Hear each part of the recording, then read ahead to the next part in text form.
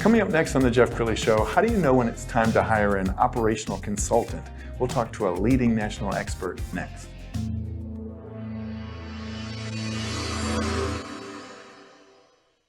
Many are predicting that the worst is yet to come, which is unfortunate, said one person here.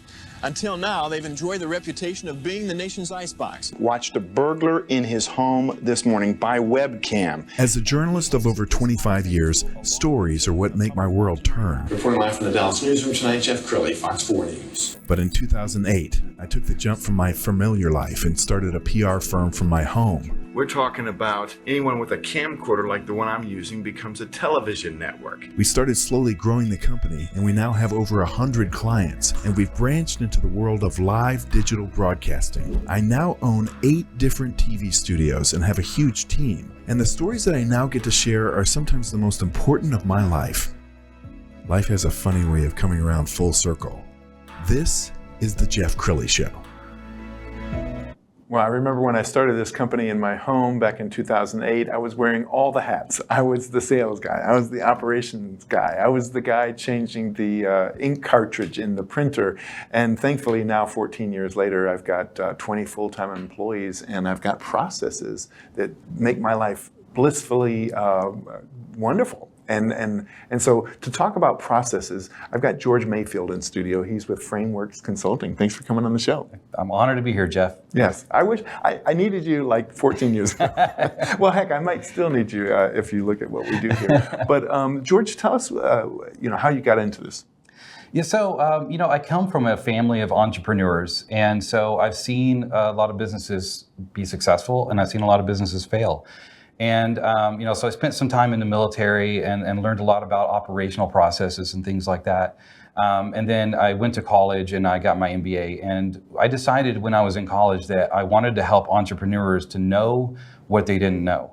And so I wanted to be a consultant. I thought I would work for a big consulting company one day. But once I got out, I started really working for some small and medium businesses and fell in love with them. And I really think that small business is the backbone of America, and I wanted, thinking back to my family and the entrepreneurs that I grew up around, I wanted to help entrepreneurs that were just like them. Yeah, I'm a big fan of that movie, The Founder, and that was about McDonald's and how that grew. And you and I were talking about that off camera. Mm-hmm. That's a process movie, isn't it? Oh yeah, absolutely. Yeah, the things that he did to grow that little restaurant, from one restaurant to so many, was amazing.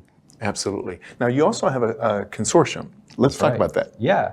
So the consortium was something that I came up with about a year ago, and it's my answer to scaling out myself even. So when I would consult with business owners on their operational processes on their company, I would often find that I was really integrating just people within their company, but also other service providers, other businesses. I'm really integrating all of these things to create a team for that business owner. And so I found that a lot of small businesses really can operate like an enterprise company if they have that support. So I created the consortium to answer that and be able to help entrepreneurs to go from entrepreneur to enterprise pretty much overnight. And I love it that you share the gold, you give the tips away. We're going to go onto your blog site because I love the way you write. And as we scroll down, how are you inspired? How do you know what to write about? I oftentimes find things in the world and I relate them back to business because I'm always thinking about businesses and what they could do to be better.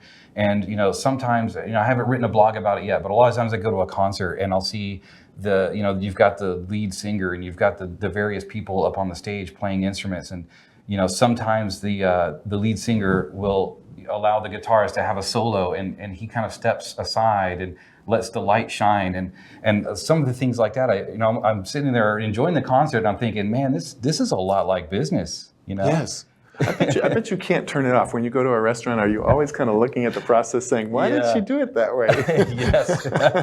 Yeah, I went to Disney World one time and, it's, the most fun I had was just watching how, because if you've ever been there, that place runs like a clock. you know, and I had more fun just watching how it was being run and kind of peeking behind the curtain than I had, you know, riding roller coasters and all that stuff. Absolutely.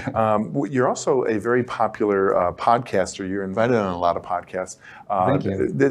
You love to do this and educate people, don't you? Yeah, I love meeting people. I network a lot here in Dallas, and I love to just help people in whatever way I can. And I think that there's a message out there that entrepreneurs really need to hear, that they're really not alone, and they don't have to be alone.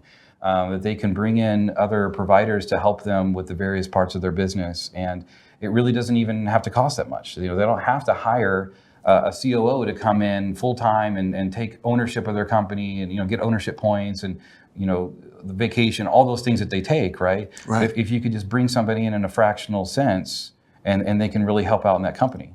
And speeding up processes really helps the bottom line. I'm going to use this as an example, the Postal Service. It's an example of what not to do. I mean, how many times have you come in to mail a package and the line has like 30 people in it, and there's one person having lunch, and there's one, right? Does it drive you crazy? Yeah, absolutely. I try not to go there. But to my point, I mean, if you see a line of 30 people waiting to mail a package, you're standing in that line. Yeah, very true. You're going to go to FedEx or something. Yeah, and I mean, you know, the coffee shops, I see that sometimes, right? You go and you see a line, and, you know, most people, maybe half the people there are there to get some sort of fancy drink that needs to be mixed and prepared and things like that. But then there's also people in line that just want a cup of regular coffee, right? So sometimes when I'm standing in those lines, and I'm usually the regular coffee guy, I'm thinking, you know, if we just had like a speed line over here for the guys that just, you know, want a cup of coffee to be quickly poured, and they could be on their way, that would shorten that line. So yeah, you're right. I never can turn this off. You know, before I came to Dallas, I worked in Minnesota, and that was the home of Pillsbury, which owned Burger King. And my experience at Burger King's have been kind of hit and miss, but I went one time to the Pillsbury building in downtown Minnesota, downtown Minneapolis, and they had a Burger King in the lobby, and I thought to myself, well, this is where the big cheeses come down to eat. So I'm assuming they're on point. Right. When I ordered a Whopper, I said I would like a Whopper. I couldn't even get per out, and it was there. Oh, wow. And so I'm sharing that story because there are processes, but sometimes they're not implemented correctly. Is that right? Yeah, absolutely. Processes really have to be followed, and you know, that's one of the things I work on with my clients. We document these processes, and you know, when I first started off, we were using Word, and there's nothing wrong with that. But it's, especially with younger generations, they don't want to read a manual to find out what they need to do, and they'd rather just figure it out. But you know, I've started using other systems that are online. You can do screen recordings and things like that, so they can quickly see, here's a quick example of how to do this on your computer, how to, you know, enter in some expenses or something like that. And it makes it a little bit more interactive and easier to follow. And if you don't have people following your processes, it doesn't matter if they're documented or not. It's not going to help you. Absolutely. We're almost out of time. So final thoughts. What would you like to leave people with? You know, again, I would just like to reiterate that message that entrepreneurs really don't have to go at it alone. I've known a lot of business owners that struggle with that, and they wonder, you know, they get to a point in their business and they're wondering, man, is this really why I started a business? To feel alone, to work this many hours and not enjoy my life and my family? And it really doesn't have to be that way. Absolutely. Well, thank you so much for coming in and sharing your wisdom with the world. We're going to end with his website, which is frameworksconsulting.solutions. George Mayfield, thanks for coming in. Thank you, Jeff. That's it for now. We'll see you next time.